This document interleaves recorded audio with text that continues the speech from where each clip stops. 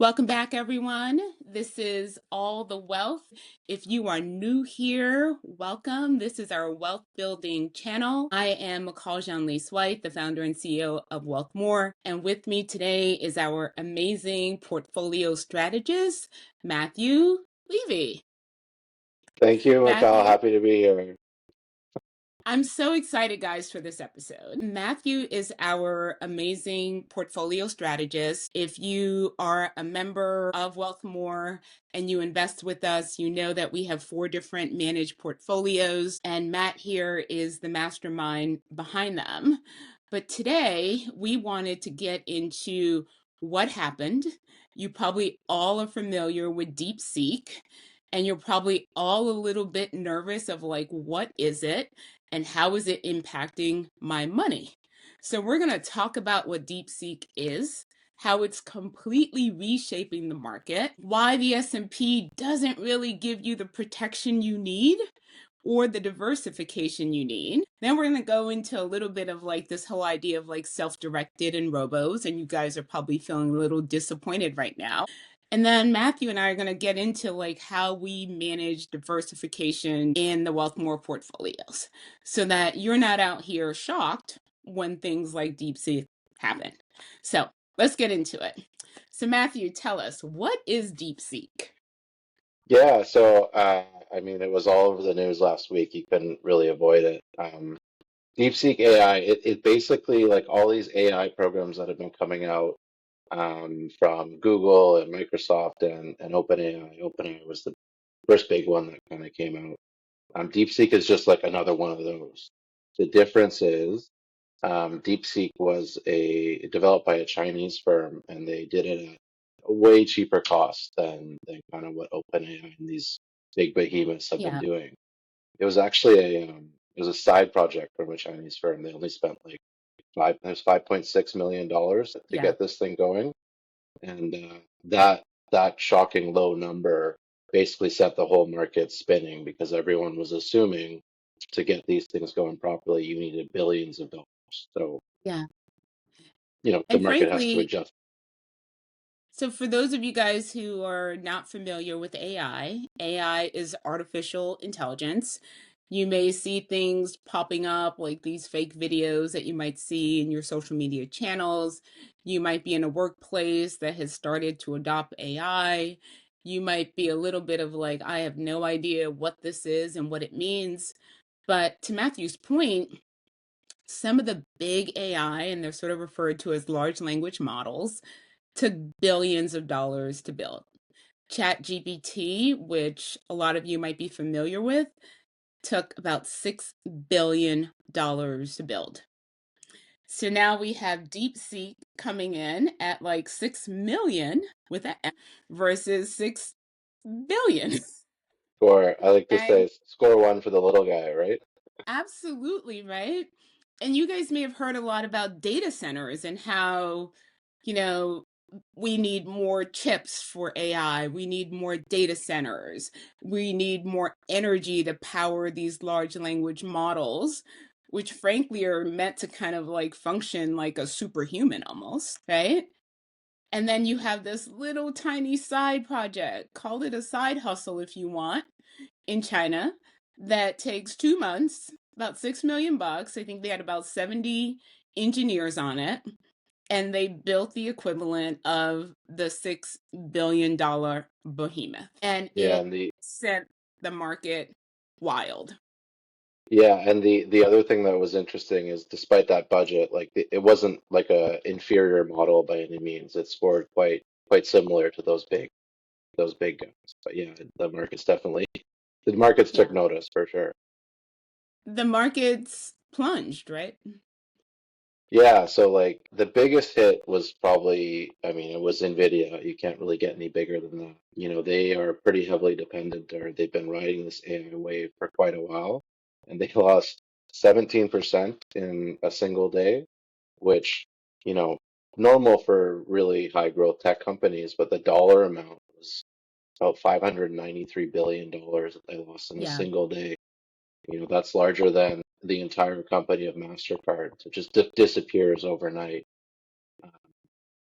the Nasdaq dropped about over 3%. Microsoft was a big hit too. Like Microsoft and Alphabet were, they're big into AI. Microsoft has a huge investment in OpenAI in the Chat GPT. They fell Yeah. over 2%. Alphabet over 4%.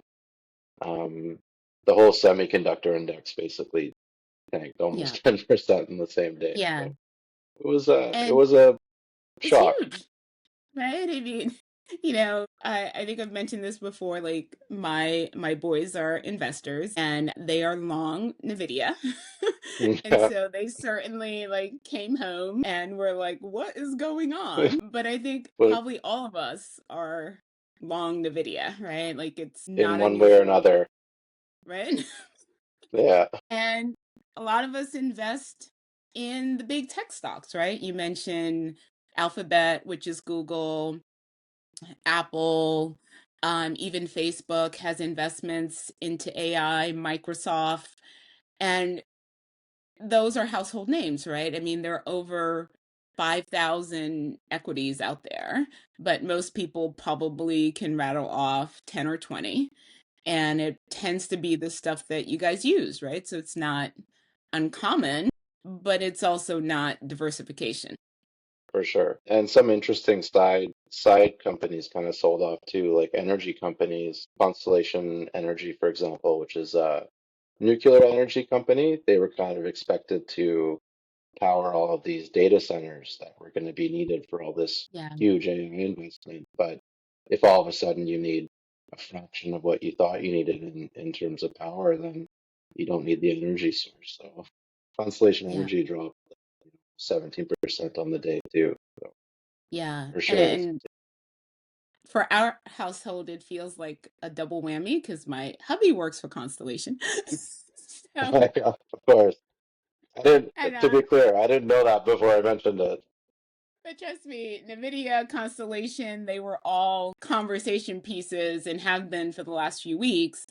But this is where I think like diversification is so important, right? I had people calling me like what's happening in the market versus I felt very calm because I Yeah, was like, all right, we invest in diversified portfolios and the market will bring new news. DeepSeek is like massive new news. But when you're diversified, that new news should not hit you with the same sort of like shockwave, right?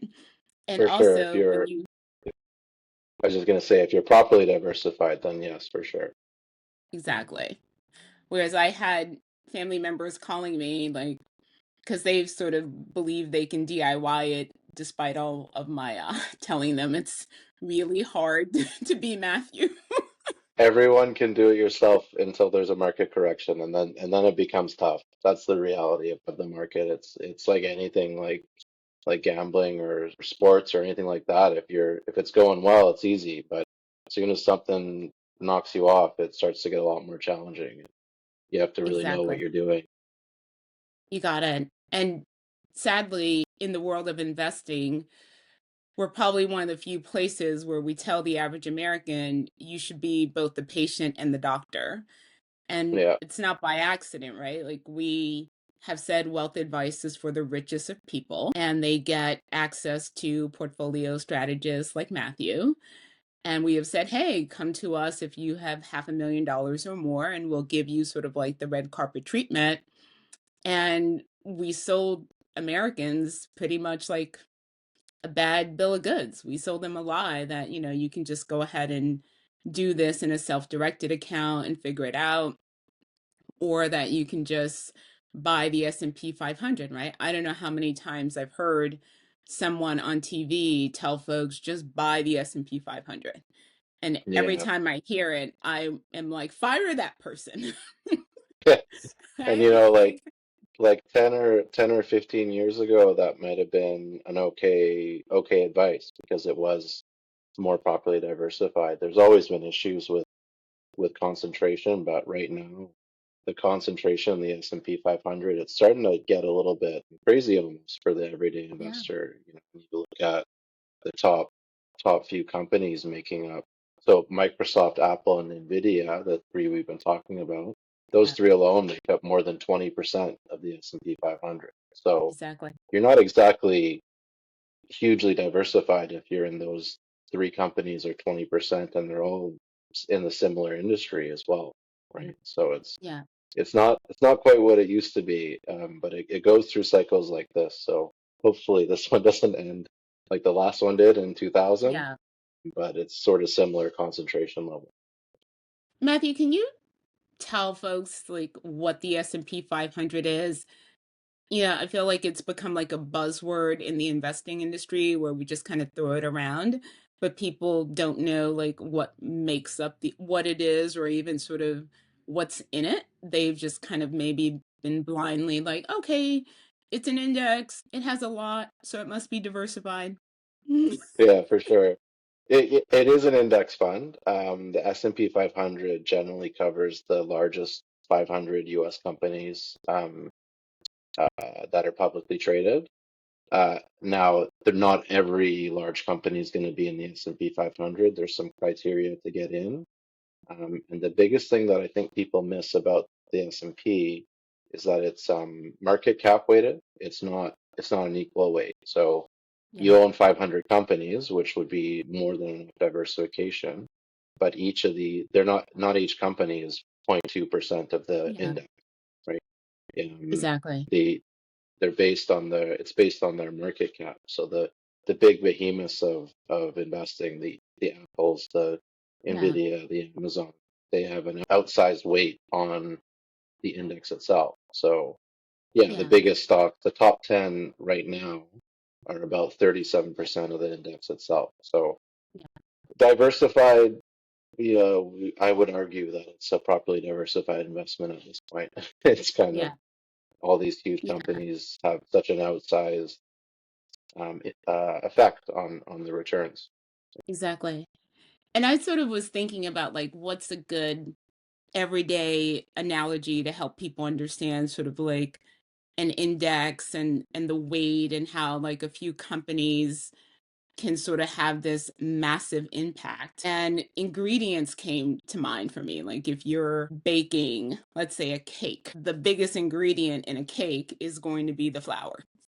Pull up any recipe you want, likely the flour. And the other things are sort of far smaller ingredients. So they're not having the same impact on the outcome. So if you're thinking about all the things that make up the S&P 500, 500 ingredients sounds like a big deal and that it should be. But when you have three companies that make up 20%, when those three companies move and they all happen to be in the same sector, right? It would be different if it was like one's a tech company and one's like, an everyday goods company, like a retailer or something, but they also all happen to be big tech companies making the same big bets in AI and technology. So when one of them catches a cold, they all get the flu. Well, they're all baking the same cake, right? Exactly. Exactly. Yeah. And I share this, I think it's so important that we educate folks on this, right? Because you want to be an informed investor. We don't expect anyone to become a portfolio strategist. Matthew has invested years in his craft and understanding the markets, international, domestic sectors, energy, technology, and none of us should be both the patient and the doctor, but we want to have a good working knowledge of what is out there. And we also want to know when we're being told something that's right and something that doesn't make any sense. For sure. And the biggest thing about only investing, like invest in the S&P 500, that's all you need. Well, like, you're missing out on so many other things in your portfolio that'll help kind of balance out the bad times. So when the DeepSeek news comes out, that's going to have an outsized effect on the S&P 500 because it has such a huge allocation to technology. Um, you're missing out on small and mid cap stocks. You're missing out on Yeah. international companies. Like you're not going to have any international like Samsung or Exposure. Toyota or Nestle or anything like Yeah. that. Um, Yeah. you're not going to have much alternative investments or commodities because the US is not really a commodity Yeah. country. I mean, there's lots of oil in the US, but in terms of the effect on their GDP, it's a small percentage. So, Yeah. well, getting smaller anyways. So you're missing out on gold and oil and all those things that might help balance out these tech moves. Yeah. And then, of course, for an average investor, they should probably have some bonds or some real estate or something in their Yeah. portfolio to really help drive some income and be more diversified. And the S&P has a little bit of that, but not a lot, a lot Yeah. less than you probably think. Yeah. Not enough to. So I want to sort of double click on all the great things Matt just shared. When you are hyper focused on one index like the S&P, Matt just went through international versus domestic. You miss out like those three companies, Nvidia, Microsoft, Alphabet, and we can even look at what's sort of referred to as the FANG 7, all US companies, right? So you're missing out on massive innovation technology happening all over the globe. And then sectors, right? Matt talked about commodities. So that's like all sorts of things in there, bonds, right? Not just equities, but then all these different sectors beyond technology. DeepSeek impacted not just tech, it impacted energy. But think about all the other sectors that it hasn't had the same impact on. And diversification is that game of sort of balancing and looking at all your options so that when something happens in one area, you're kind of protected because you have investments in other areas. For sure. And there's math and science behind that too, right? It's hope we're not boring people too much with all this stuff, but basically what diversification is there for is to make your portfolio more efficient. And what that means is it might not mean you have the best returns every 5 or 10 years, but its aim is to have the most efficient returns. So that's getting return per point of risk that you're taking.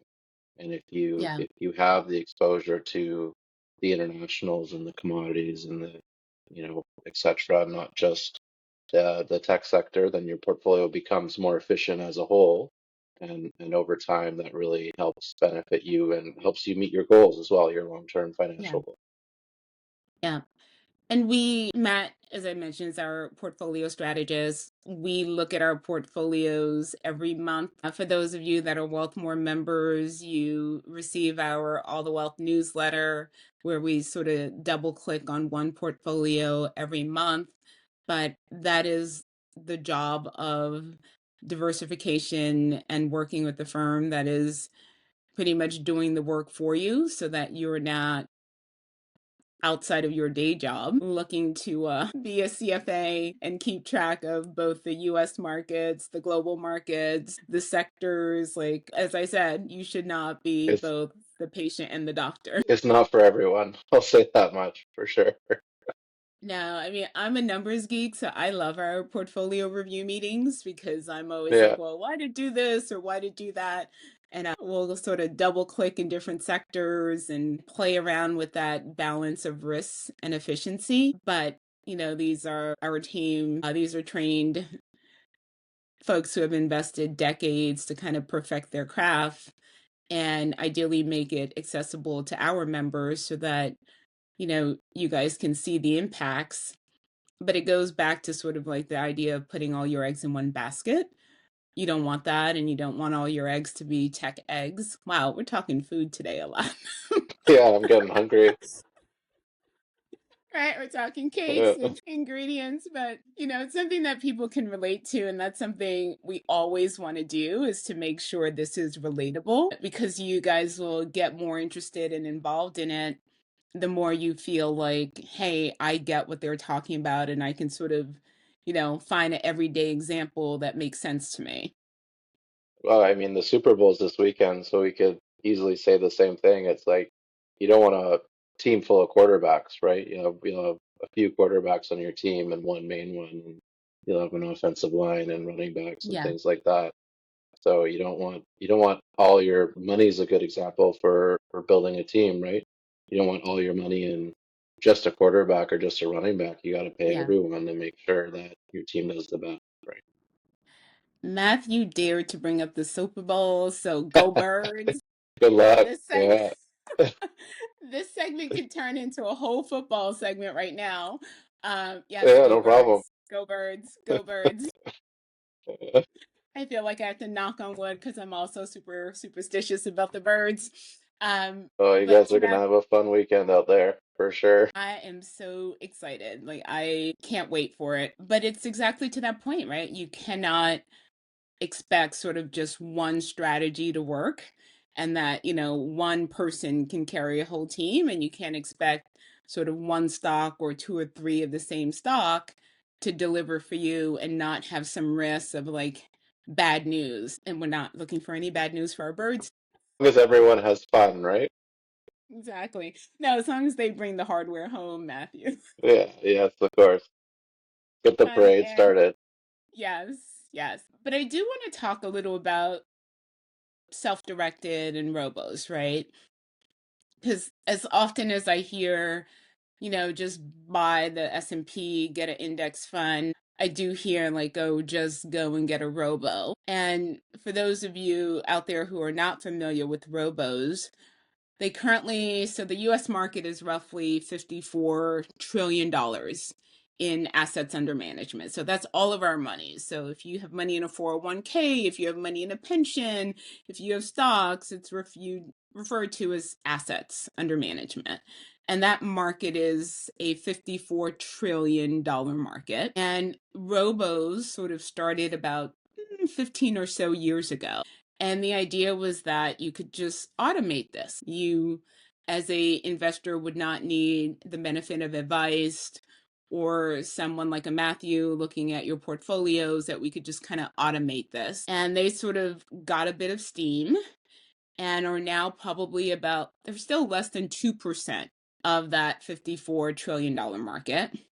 But we've seen a lot of firms shut down their robos. JP Morgan shut down its robo. A number of other firms have done the same. And a lot of it has been because you as consumers have realized it doesn't work.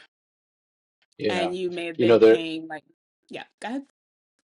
sorry, I was just gonna say, like, there's a few things with robos. You know, robos can serve a purpose. The biggest, I think the biggest drawback is probably they don't have the human element to them. And unfortunately, as species, we're emotional, right? And especially when it comes to finances. And if you try and take that away, it doesn't generally work out as well as you'd like it to. You know, diversification can be an issue with some robos because they base their models off of historic looking returns, and then they kind of build preset models for their clients depending on how you answer their risk tolerance Yeah, questionnaire.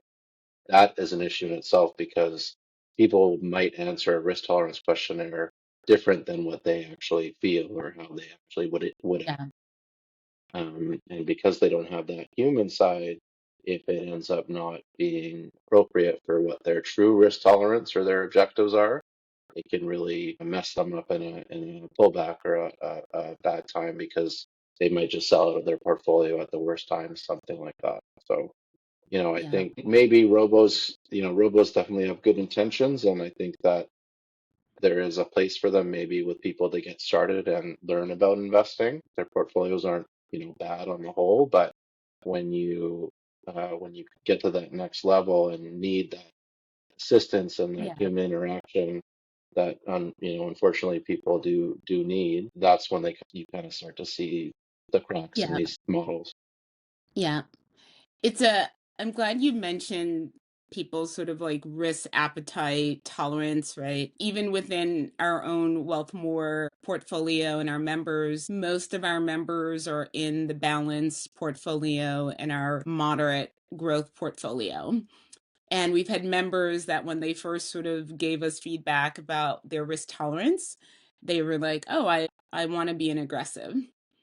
And Mhm. then something happens in the market and they're like, I don't really have the stomach for that. Move me into to the moderate. And of course, because I can't stop thinking about food today, but we sort of look at risk appetite like hot sauces, right? Like from mild to spicy and probably Super Bowl. So I'm thinking about my wing recipe. Um, Yeah, but, people sometimes think that they can take spicy until they take that first bite and they're like, whoa, this is a little too hot for me. And the it's robos, the classic. It's the classic. Everybody has a plan until you get punched in the face, I right? was thinking about that earlier. I Yeah. was like, should I say that? But it's true, right? Like you think Yeah, that you can handle it until you're like, ouch. And back yeah, to NVIDIA, right? You think you can handle a 17% drop until it happens, and you're like, maybe I want to be more diversified, and maybe I'm more comfortable with the 7% swing versus a 17% one. But that's sure. why diversification matters. And then the human piece, right? Robos are not giving you access to a wealth advisor. And there is no replication for being able to call a professional who's managing your money and to get the time to look at your portfolio and sort of assess, does this make sense? Am I still okay with an aggressive growth? Should I move into moderate? Help me understand what DeepSeek is. Why is it having this impact? Oftentimes, when I get the phone call, and I am not a wealth advisor, so I always direct folks back to their wealth advisor. But it is generally that human panic mode of like, I'm worried that my investment is going to go to zero. And unlikely as that is, people still have a very emotional belief that that could happen. Even with the young investors in our family, I will go to them, well, what is the likelihood of this company losing all of its customers, everything that it sells, and going to zero? And when you sort of frame that for people, it sort of helps them set back and realize, okay, this is an event. It is not, I'm not going to look at my portfolio and see zero.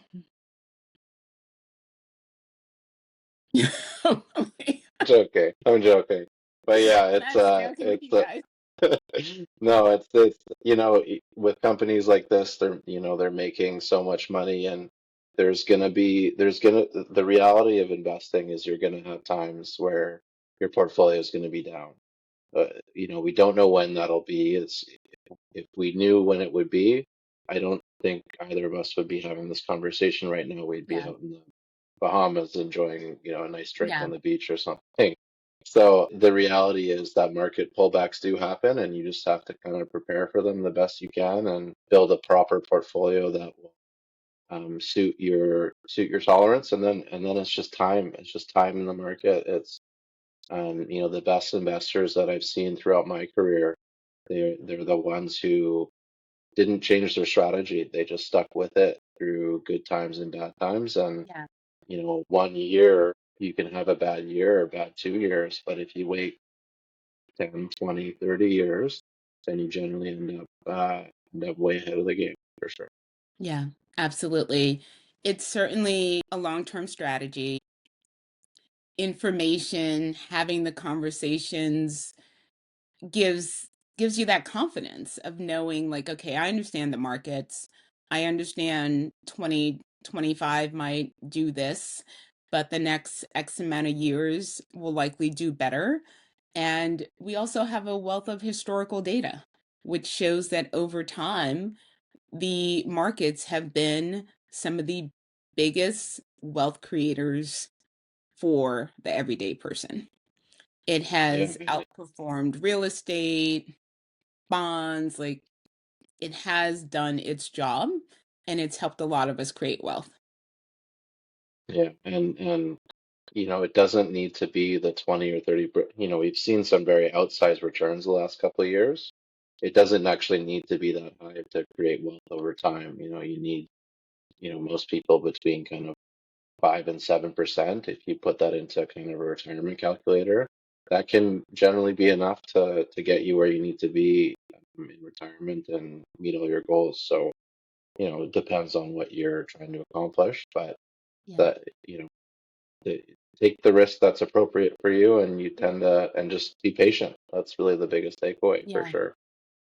I love that you mentioned that because I think sometimes the hype cycle, particularly if you follow some of like, the industry's talking heads, there's this hype cycle and I think those folks are compensated to try to beat the market. So they are doing what we refer to as kind of like chasing alpha, right? They're like, there's a lot of bravado and like, I have this unique strategy that's going to do outperform the market, but all the data shows that they're wrong. Like it's most of them don't even do Yeah, as well as the market because the yeah, market, that's just not, they don't have a crystal ball into the future. yeah. And it's an astounding percentage of asset managers that fail to outperform their benchmarks over the long term. So, when I see these talking heads, I always have that in the back of my head thinking, "Well, I wonder if what they're saying is really true here, if they're just trying to generate, you know, Yeah. likes or content or, notoriety, basically." Yeah. Or frankly, I mean, I've seen them come on a show and hype up a position that they're in for the benefit of Yeah. like moving the There's, price and then sell the yeah. position. The incentives are there, I'll say that much, but Yes. I won't get into the legality of some of those things. Yes, I'll leave that alone. But Matthew, I do want to talk about how we address diversification with our Wealthmore portfolios.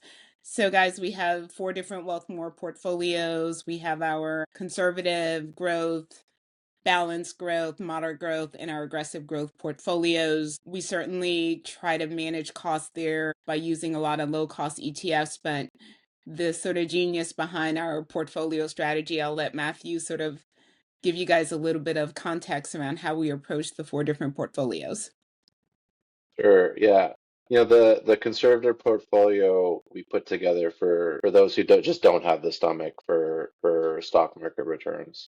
Because, as much as I like to have risk and things like that, there's people out there that just either A, can't take on the risk because of their situation, or B, just don't want to. Just frankly would Yeah, never want to see their money lose money, or if it does, they can only really handle a little bit. So that's what yeah, this portfolio, it's mostly fixed income, um, 100% fixed income. It's looking to hedge, not hedge, but uh, have inflation protected returns, things yeah, like that. So just to make sure that you're at least growing your money a little bit over um, yeah, the cost of inflation so that you're making real dollars. The next portfolio on the kind of risk scale is the balanced growth portfolio. yep, So for this portfolio, we have about 60% fixed income. So it's still pretty conservative for those who don't want to take on too much risk. For the equity portion, we're not in all US stocks. We're about half of the 40% invested in stocks. We're about half and half international and US stocks, as well as a small allocation to some commodities, just to, again, build that diversification into the yeah, portfolios. The moderate portfolio, same thing. We're kind of moving along the risk line. yep, So this one has a bit more in equities. It's got about 60 to 70% equities and kind of 30% fixed income. Again, same thing, but we want US and non-US stocks. We want some alternative kind of investments like gold or commodities just to kind of balance it out. And then, yeah, the fixed income is there to kind of offset some of the risk. So if the market goes down 20%, we're kind of hoping the portfolio goes down half of that to take on about half the risk of the stock market. And then finally, we have the aggressive portfolio. The aggressive portfolio is mostly equities. Hey there, it looks like we're just, I'm not quite sure, but you got cut off as you were chatting about I think we were talking about the moderate growth one. Sure, yeah, okay, I'll just pop back into it. So the moderate, I was just saying we were kind of moving along the risk scale, and the moderate portfolio, it's more like 70% in equities and stocks and 30% in fixed income. With the stocks, we kind of have the same split. We've got about a little bit more U.S. stocks, but about half U.S., half international stocks. Uh, Yeah. they're all in exchange traded funds, so we're really aiming to get the proper diversification by owning entire indexes, not just one. And Yeah. then the fixed income to kind of offset some of the risk as Exactly. well as some gold commodities in there too. Yeah. And then finally, the aggressive portfolio is kind of for those who want to take more risks with their money. They want to higher returns, but we want to do it responsibly as well, right? We don't want to just buy a couple of stocks and hope for the best. We want to invest Yeah. in something that we kind of believe in. So basically, instead, it's just mostly stocks Yeah. with a small allocation to some commodities like gold, just to kind of offset some of the risk, just a little bit. Yeah.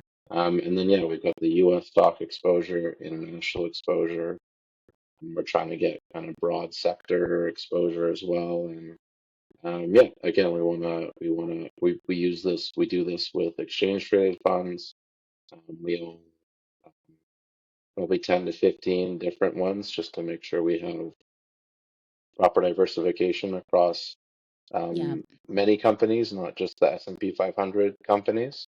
And yeah, then the idea is just to be patient and um, manage these and make sure that nothing kind of gets out of what we want it to be in terms of risk Yeah. and risk and return.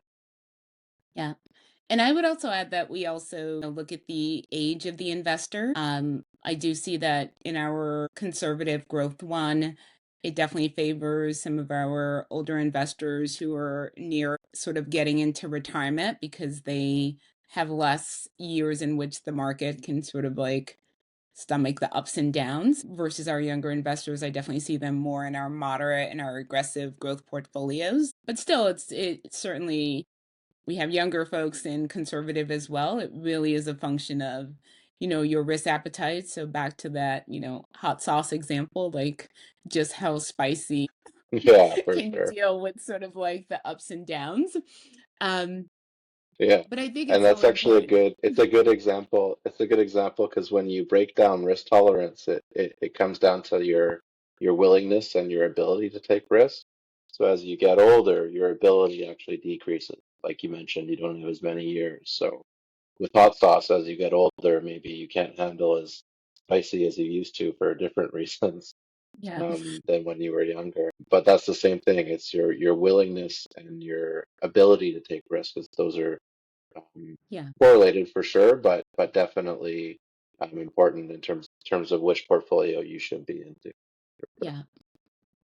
Yeah, I'm certainly a portfolio geek. I love sort of looking at that spectrum and sort of how we go from bonds, and it's almost like our conservative growth is almost like the flip-flop opposite of our aggressive growth portfolio in terms of like the split between bonds and stocks. And it's pretty intentional. It's sort of where you are in your investing journey, that stage of life, and it's fluid, right? You may have felt like I can deal with aggressive and you try it out and maybe you're like, this is a little spicier than I had in mind. And we can always make those adjustments. We've done it for other members who have conversely been like, oh, okay, I've gotten a little more savvy and comfortable and I want to move from balanced to moderate, right? So it is that benefit of advice and having a wealth advisor that you can sit down and talk to and look at your portfolios and frankly even model it out, right? Like to your point, like Yeah. hey, if I get 5 to 7% for the next 30 years, do I like that number versus hey, maybe I take on a little more risk, but if I get 10% over the 30 years, you might look at those two numbers and say, hey, I want to take on a little more risk because I want to get to that number versus a different number. Yeah, and with that, it evolves over time too, right? As you have different major life events, it might put you into a different portfolio, either more risk or less risk. Like with anything, as you get older, as things change, you need to also adjust your finances, and that's where, wealth advisors can really add value for clients, is they can recognize when hey, you know what? Maybe, you're only 25, you can actually take on a little more risk than conservative. You got lots of time and kind of educate you. And then on the flip side, like, hey, actually, you're 70 years old, you're drawing on your investments. You should probably take down the risk to kind of Yeah. to kind of make sure that your money lasts until retirement. Even if you're comfortable with the risk, you might be better off taking because your ability is less. You might be better off Yeah. taking a little risk off the table. Yeah. But yeah, over a Makes total robo-advisor, sense. a robo-advisor would not make those adjustments for you, right? You'd have to do them yourself, basically. Exactly. Exactly. Back to that patient doctor analogy. Yeah, exactly. Well, guys, I hope this was an informative episode for you guys. The big message is the market's going to move, diversification matters. S&P 500 won't do it, nor will a robo or trying to do this on your own. Exciting news. Our community free membership is live. It's available to you. Download the app. It takes less than 2 minutes to get into the app and start joining the communities. We automatically enroll you in the All the Wealth community so you can get all the rich content insights.